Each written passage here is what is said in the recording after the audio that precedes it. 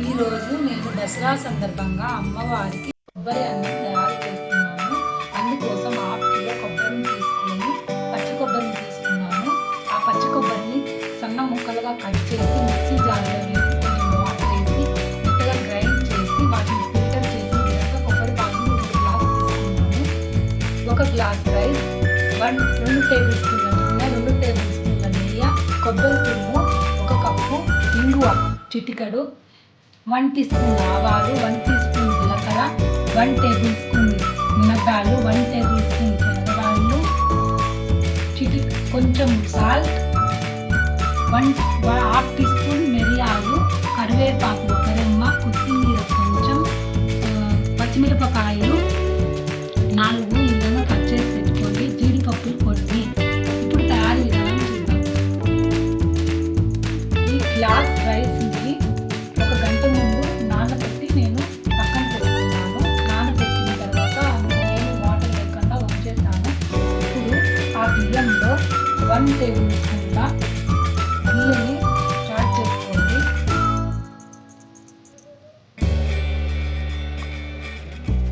అదేవిధంగా 1 table spoon నూనెని కూడా యాడ్ చేసుకోండి.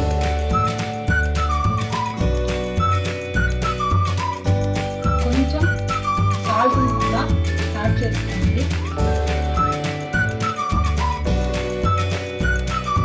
ఇందులో కొబ్బరి పాలను 2 గ్లాసుని యాడ్ చేసుకోండి.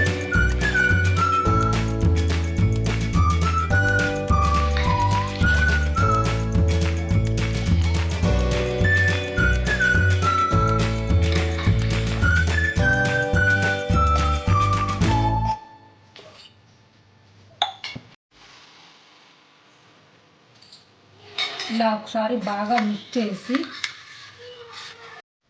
స్టవ్ మీద పెట్టుకొని పొడిగా అన్నాన్ని వండుకోండి.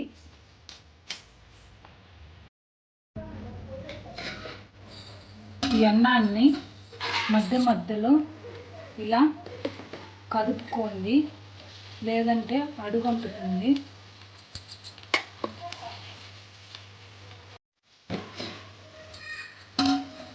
అన్నం ఈ విధంగా వచ్చిన తర్వాత మూత పెట్టి మంటని లో ఫ్లేమ్లో పెట్టుకోండి.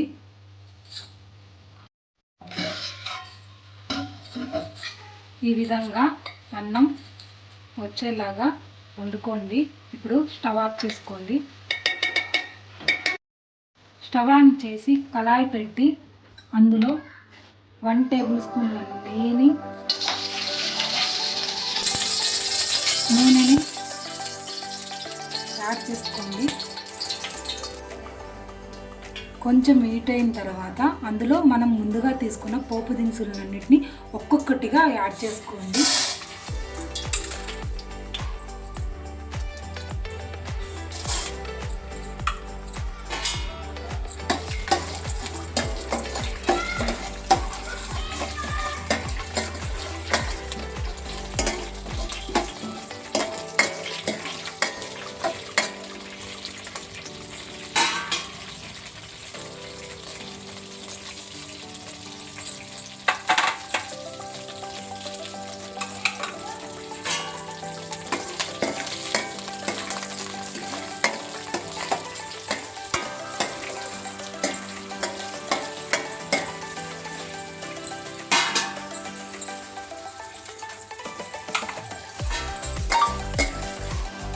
ఇలా కొంచెం ఫ్రై అయిన తర్వాత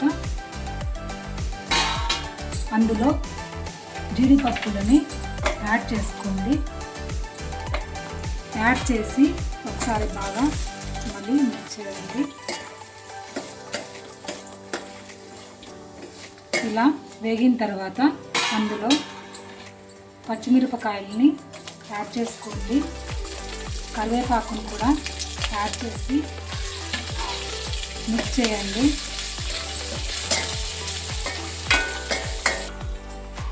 ఇలా బాగా వేగిన తర్వాత అందులో పచ్చి కొబ్బరి తురుముని యాడ్ చేసుకోండి. యాడ్ చేసి ఒక 2 నిమిషాలు బాగా వేయించుకోండి. ఇలా బాగా ఫ్రై అయిన తర్వాత అందులో కొంచెం ఇంగువని యాడ్ చేసుకోండి. యాడ్ చేసుకొని ఒకసారి మళ్ళా మిక్స్ చేయండి. ఇలా బాగా మిక్స్ చేసిన తర్వాత మంటని లో ఫ్లేమ్లో పెట్టుకోండి. అందులో మనం వండిన అన్నాన్ని యాడ్ చేసుకొని బాగా మిక్స్ చేసుకోండి.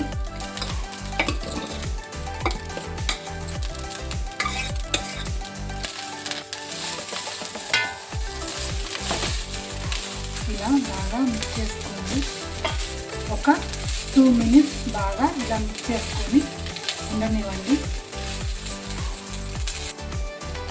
ఇలా బాగా మిక్స్ చేసిన తర్వాత కొంచెం ఏమైనా సాల్ట్ తక్కువైతే కొంచెం యాడ్ చేసుకోండి. యాడ్ చేసి ఒకసారి బాగా మిక్స్ చేయండి. ఇలా మిక్స్ చేసిన తర్వాత కొత్తిమీరని చల్లుకోండి.